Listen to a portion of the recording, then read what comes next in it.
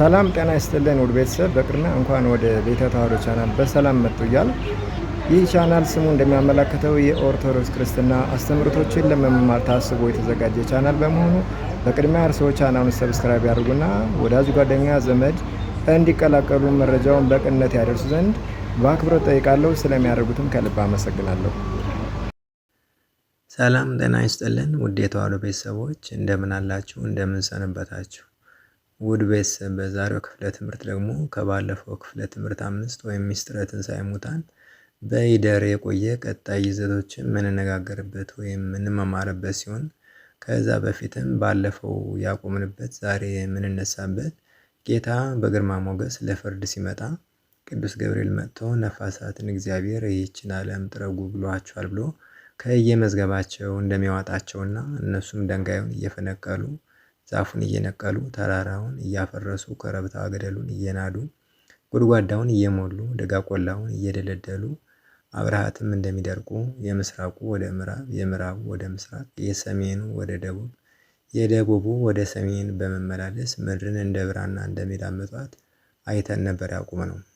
ዛሬ ስንቀጥል ደግሞ ከዚያ በኋላ ቅዱስ ሚካኤል 3 ጊዜ ቀርን ይነፋል፣ ነጋሪቱን ይመታል። በመጀመሪያው ነጋሪት ቅዱስ እግዚአብሔር ቅዱስ ኃያል ቅዱስ ሕያው ዘኢይመውት ባለ ጊዜ አጽመ ቅሬት ከያለበት ከተቀበረበት ከየብስ ከባህር ከገደል ከከርሰ መቃብር ከአራዊት ሆድ ወዘተ የፈረሰው የበሰበሰው ሁሉ ይሰበሰባል። ለሁለተኛ ጊዜ ቅዱስ ሚካኤል ቅዱስ እግዚአብሔር ቅዱስ ኃያል ቅዱስ ሕያው ዘኢይመውት ባለ ጊዜ አጽምና ስጋ አንድ ይሆናሉ፣ ያለ መንቀሳቀስም ፍጹም በድን ይሆናሉ። ለሶስተኛ ጊዜ ቅዱስ ሚካኤል ነጋሪቱን መጥቶ ቅዱስ እግዚአብሔር ቅዱስ ኃያል ቅዱስ ሕያው ዘኢይመውት ባለ ጊዜ ንቅሐ መዋቲ ዘቱም ባለ ጊዜ መቃብር ክፈቱልኝ መግነዝ ፍቱልኝ ሳይል ደጉም ደግነቱን ይዞ ክፉም ክፋቱን ይዞ እንዳሸን ተፈልፍለው እንደ ዘንግ ተመልምለው ፈጥነው ይነሳሉ። ሲነሱም አጭር፣ ረጅም፣ ጥቁር፣ ቀይ፣ አንካሳ፣ ጎባጣ ሳይኖር ወንዶች በአቅመ አዳም የ30 ዓመት ጎልማሳ ሆነው ሴቶች በአቅመ ሔዋን የ15 ዓመት ቆንጆ ሆነው ይነሳሉ። በዚህ ጊዜ ጻድቃን ብርሃን ለብሰው ብርሃን ተጎናጽፈው ከፀሐይ 7 እጅ አብርተው ፍጹም ፈጣሪያችን እግዚእነ ኢየሱስ ክርስቶስን መስለው የሚነሱ ሲሆን ኃጥአን ደግሞ ጨለማ ለብሰው ጨለማ ተጎናጽፈው አረውና ከስለው ከቁራ 7 እጅ ጠቁረው ፍጹም አለቃቸው ዲያብሎስን መስለው ይነሳሉ። በዚህ ሁኔታ ሰው ሲፈጠር ዘመን ሲቆጠር ከአቤል ጀምሮ የሞቱ ሳይቀሩ ወንዶች በ40 ቀን ሴቶች በ80 ቀን ከእናታቸው ማኅፀን ደም ሆነው የወረዱት ሁሉ ወንዶች በአዳም ዕድሜ የ30 ዓመት ጎልማሳ ሴቶች በሔዋን ዕድሜ የ15 ዓመት ቆንጆ ሆነው ይነሳሉ። ቦታም ይጠባቸዋል፣ እንደ ሮማን ፍሬ ይጨናነቃሉ፣ ተነባብረውም ይቆማሉ። በዚህ ሁኔታ ጻድቃንን በቀኝ ኃጥአንን በግራ የየራሳቸው ግብር ለይቶ ያቆማቸዋል። ስለምን ነው ጌታ ጻድቃንን በቀኝ ያቆማቸው በቀኝ የመሰላቸው ቢሉ ቀኝ ቅን ነው። ጻድቃንም የቀና ሃይማኖት በጎ ምግባር ለመስራት ቅን ናቸው። እንዲሁም ቀኝ ብርቱ ነው። ጻድቃንም የቀና ሃይማኖት በጎ ስነ ምግባር ለመስራት ብርቱ ናቸው። አንድም ቀኝ ፈጣን ነው። ጻድቃንም የቀና ሃይማኖት በጎ ስነ ምግባር ለመስራት ፈጣን ናቸው። በሌላ በኩል ኃጥአንንስ ስለምን በግራ ቆማቸው በግራ መሰላቸው ቢሉ ግራ ጠማማ ነው። ኃጥአንም የቀና ሃይማኖት በጎ ስነ ምግባር ለመስራት ጠማማ ናቸው። ግራ ዳተኛ ነው። ኃጥአንም የቀና ሃይማኖት በጎ ስነ ምግባር ለመስራት ዳተኛ ናቸው። አንድም ግራ ሰነፍ ነው። ኃጥአንም የቀና ሃይማኖት በጎ ስነ ምግባር ለመስራት ሰነፍ ናቸውና በዚህ ሲያጠይቅ ወይም ሲያስረዳ ነው። በሌላ በኩል ቀኝ ክብር ማለት ሲሆን ግራ ሐሳር ነው። በዚህም ጻድቃንን በክብር መንግሥተ ሰማያት አኖራቸዋለሁ ሲል ሲሆን ኃጥአን ግን በሐሳር ገሃነመ እሳት አወርዳቸዋለሁ ማለት ነው። እንዲሁም ጻድቃንን በበግ ኃጥአንን በፍየል ይመስላቸዋል። በግ ተሰማርታ ጓደኛዋን አውሬ በነጠቀባት ጊዜ በራ ወደ ዱር ትሸሻለች፣ ወደ ቤቷም ትመለሳለች።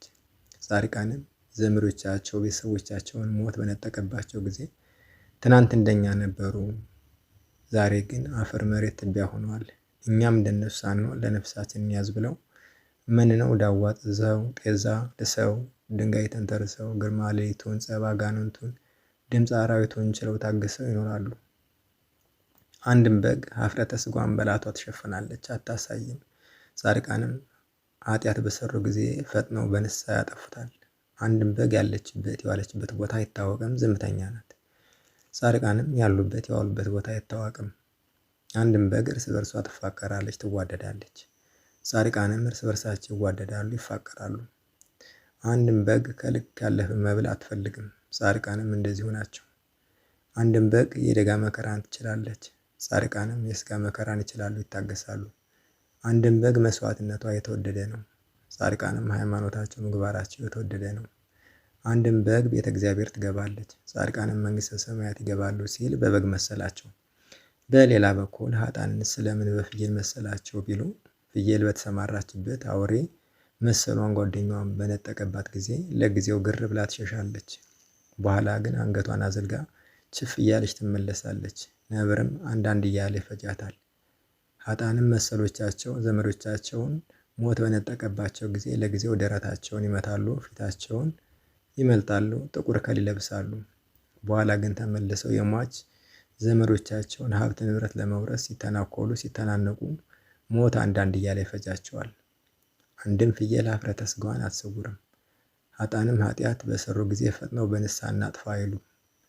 ፍየል ቀባጣሪ ናት፣ የዋለችበት ቦታ ይታወቃል። ኃጥአንም የዋሉበት ቦታ ይታወቃል። በዚህም ሽፍታ፣ ሌባ፣ አመፀኛ፣ እርጉም፣ ጠንቋይ ወዘተ የሚል መታወቂያ አላቸው። አንድም በሰው አትክልት እየገባች ሰውን ታሳዝናለች፣ ስታስነባም ትኖራለች። ኃጥአንም ቋንጃ እየቆረጡ ነፍስ እየገደሉ ቤት እያቃጠሉ ሰውን እያሳዘኑ ሲያስለቅሱ ይኖራሉ። አንድም ፍየል ማትበላው ቅጠል የላትም። ኃጥአንም የማይበጥሱት ቅጠል፣ የማይምሱት ስር፣ የማያመልኩት ባዕድ አምልኮ የላቸውምና በፍየል መሰላቸው። አንድም ፍየል እርስ በርሷ አትፋቀርም። ኃጥአንም እርስ በርሳቸው አይዋደዱም፣ አይፋቀሩም። አንድም ፍየል የደጋ መከራ አትችልም። ኃጥአንም የስጋ መከራን ፈተናን አይችሉም፣ አይታገሱም። አንድም ፍየል መስዋዕትነቷ የተወደደ አይደለም። ኃጥአንም ሃይማኖታቸው፣ ምግባራቸው ያልተወደደ የተነቀፈ ነው። አንድም ፍየል ቤተ እግዚአብሔር አትገባም። ኃጥአንም መንግሥተ ሰማያት አይገቡምና በፍየል መሰላቸው።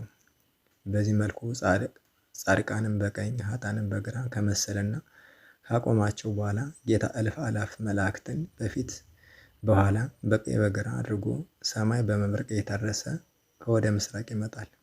ከምስራቅ እስከ ምዕራብ አንድ ጊዜ ይታያል። ምድርም ትንቀጠቀጣለች፣ ሰማያትም ይነዋወጣሉ። ከዚያም ሄሮድስ ያስፈጃቸው ከ14,000 በላይ ሕፃናትን የብርሃን ልብስ አልብሶ የብርሃን ቀሚስ አልብሶ የብርሃን መጎናጸፊያ አጎናጽፎ የብርሃን ጫማ ጫምቷቸው የብርሃን ዘውድ አድርጎላቸው የብርሃን አክሊል ደፍቶላቸው የብርሃን ዝናር የብርሃን ሰይፍ አስታጥቋቸው የብርሃን መነሳኑስ አስይዟቸው የተሰቀለበት መስቀሉን የተወጋበት ጦሩን የተቸነከረበት ችንካሩን ሐሞት የጠጣበት ሰፈነጉን የተመታበት በትሩን የተገረፈበት ጅራፉን አስይዟቸው በፊት በፊት አድርጓቸው ደም እየተንጠፈጠፈ ከወደ ምስራቅ ይመጣል። ከዚያም በኋላ ከሰማይ ዝቅ ከመሬት ከፍ ብሎ የብርሃን ዙፋን ይዘረጋና እዚያ ላይ ሆኖ ለሁሉ በየፊቱ በየግንባሩ እንዲታይ ሆኖ ይቀመጣል። ከዚያም ጻድቃን ወዳጆችን ለአባቴ የተባረካችሁ የተቀደሳችሁ ወንድሞቼ ወዳጆቼ ብራብ አብልታችሁኛል፣ ብጠማ አጠጥታችሁኛል፣ እንግዳ ብሆን ተቀብላችሁኛል፣ ብታረዝ አልብሳችሁኛል፣ ብታሰር አስፈታችሁኛል፣ ብታመም ጠይቃችሁኛልና ዓለም ሳይፈጠር ያዘጋጀሁላችሁ መንግሥተ ሰማያት ትወርሱ ዘንድ ወደ እኔ ኑ ይላቸዋል። እነሱም ወይም ጻድቃንም ጌታችን ሆይ መቼ ተርበህ መጥተህ አብልተንህ፣ መቼ ተጠምተህ መጥተህ አጠጥተንህ፣ መቼ እንግዳ ሆነህ መጥተህ ተቀብለንህ፣ መቼ ተርዘን አይተንህ አልብሰንህ፣ መቼ ታስረን አይተንህ አስፈተንህ፣ መቼ ታመህ አይተንህ ጠይቀንህ እናውቃለን። እንዲሁ አንተ ብትወደን በቸርነትህ መንግሥተ ሰማያትን አወርሳችኋለሁ ብለህ ነው እንጂ ይሉታል።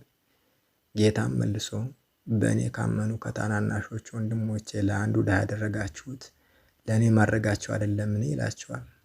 እዚህ ጋር ምነው ጻድቃን በዚህ ዓለም ሳሉ ለድሃ መልካም ሰርተው በጎ ሲፈጽሙ ለእግዚአብሔር ማድረግ እንደሆነ አያውቁም ቢሉ ማወቅስ ያውቃሉ። ነገር ግን በዚህ ዓለም ሳሉ በጎ ሰርተው መልካም ፈጽመው አላደረግንም አልሰራንም ማለት ስለለመደባቸው የመንግሥተ ሰማያት የሚሆን የሚያበቃ ስራ አልሰራንም ብለው ራሳቸውን ዝቅ ሲያደርጉ ነው። ስለዚህ እሱ በቸርነቱ ነው እንጂ ሲሉ ነው። ጌታም ጻድቃን ወዳጆችን እንደዚህ አድርጎ መንግሥተ ሰማያት ያገባቸዋል።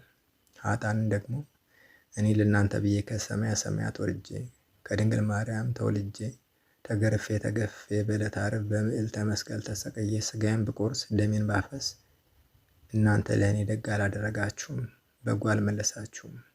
ብራብ አላበላችሁኝ፣ ብጠማ አላጠጣችሁኝ፣ እንግዳ ብሆን አልተቀበላችሁኝም፣ ብታረዝ አላለበሳችሁኝም፣ ብታመም አልጠየቃችሁኝም በማለት ለአለቃቸው ለዲያብሎስ ተብሎ ወደ ተዘጋጀ ገሃነመ እሳት እሱ ጋር ሲበላችሁ ይኖር ዘንድ ሂዱ ይላቸዋል። ኃጥአንም በተራቸው አቤቱ ጌታችን ፈጣሪያችን ሆይ መቼ ተርበህ መጥተህ አላበላንህ ብለን ነው? መቼ ተጠምተህ መጥተህ አላጠጣህ ብለን ነው? መቼ እንግዳ ሆነህ መጥተህ አልቀበልህ ብለን ነው? መቼ ተርዘህ አይተንህ አላለብስህ ብለን ነው? መቼ ታስረህ አይተንህ አላስፈታም ብለን ነው? እንዲሁ አንተ ብትጠላን ገሃነመ እሳት ታወርዳቸዋለህ ብለህ ነው እንጂ ይሉታል። ጌታም ምን ነው ለአንዱ ድሃ ያላደረጋችሁ ስለ እኔ አለማድረጋችሁ አይደለምን ይላቸዋል። እዚህ ጋር ምን ነው ኃጥአን ለድሃ ያላደረጉት ለእግዚአብሔር ያላደረጉት መሆናቸውን አያውቁም ቢሉ ማወቅስ ያውቃሉ። ነገር ግን በዚህ ዓለም ሳሉ በሐሰት ሸፍተው በሐሰት ሞግተው በሐሰት መስክረውና ፈርደው ያለ ገንዘባቸው ገንዘብ አድርገው ይኖሩ ነበርና በዚያን ለምደው ያተከትሏቸው ነው እንጂ አንድም በሐሰት መስክረው ሸፍተን ሞግተን በሐሰት ፈርደን መንግሥተ ሰማያት እንገባለን እንወርሳለን መስሏቸው። ነገር ግን በእግዚአብሔር ፊት ሐሰት መናገር የለምና የሚመልሱት አጥተው ጉሮሯቸው ይደርቃል፣ አፋቸው ይዘጋል። የኃጥአን እድል ፈንታቸው ጽዋ ተርታቸው ይህ ነውና እንደ ስራቸው ሂዱ ብሎ ለዘላለም ዕረፍት ምሕረት ወደሌለበት ጽኑ የስቃይ መከራ ቦታ ያሰናብታቸዋል። ስለ እግዝእትነ ማርያም ብሎ ከዚህ መከራ ይሰውረን እያልን ጌታም ለሐዋርያት ይህን ሃይማኖት እንጂ ሌላ ሃይማኖት አላስተማረም፣ አልነገራቸውም። እነሱም ሌላ ሃይማኖት አልተማሩም፣ ሌላ ሃይማኖትም አላስተማሩም።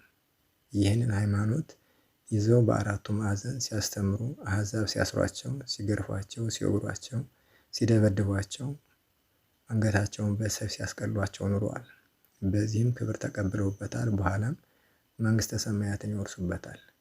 ውድ ቤተሰብ ይህ ሃይማኖት አባታችን የእስክንድርያው ሊቀ ጳጳስ ማርቆስ ወንጌላዊ ፊት ከጌታ ኋላ ከሐዋርያት ተምሮ ያስተማረው የክፍለ ሀገራችን የእስክንድርያ የቀና የጸና የጎላ የተረዳ ሃይማኖት ይሄ ነው። ይህም ከ80 ያህሉ መጽሐፍት ወጥቶ ከጥንት ከመሰረት ጀምሮ የመጣ እንጂ ለዕለት እንደ እንግዳ ደራሽ እንደ ውሃ ፈሳሽ አይደለምና ሁሉም ኦርቶዶክሳውያን ይማሩት ያስተምሩት። ይህን ያላደረገ ክርስቲያን መባል አይገባውም፣ መንግሥተ ሰማያትም አይገባም፣ ይፈረድበታል ይለናል።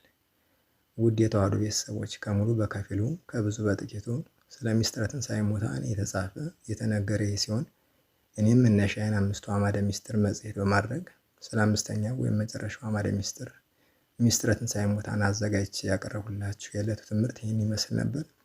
ምናልባትም እርስዎ ወደዚህ ቻናል የመጡት ለመጀመሪያ ጊዜ ከሆነ እባክዎ ቻናሉን ሰብስክራይብ በማድረግ ቀጥለው ሃይማኖታዊ ትምህርቶች ሲለቀቁ መልእክት እንዲደርሶት የማስታወቂያ ምልክቷን ይጫኑ እያሉ ትልቅ ተዋህዶአዊ ቤተሰብ በመመስረት በሰፊው ለመማር እንዲያግዘን የሚያውቋቸው ጓደኛ ቤተሰብ ቻናሉ እንዲቀላቀሉ በቅንነት መረጃ ያካፍሉ ዘንድ በአክብሮት እየጠየቁ ትምህርቱ ተከታታይነት ያለው በመሆኑ ለተሻለ ግንዛቤ ከመግቢያ ጀምሮ በቅደም ተከተል የተጫኑ ሁሉንም ክፍለ ትምህርቶችን ያዳምጡ ዘንድ እያሳሰቡ ቀጣይ በመጽሐፈ ስነ ፍጥረት እስከምንገናኝ ድረስ እስከዛው የእግዚአብሔር ቸርነትና ጥበቃው አይለየን።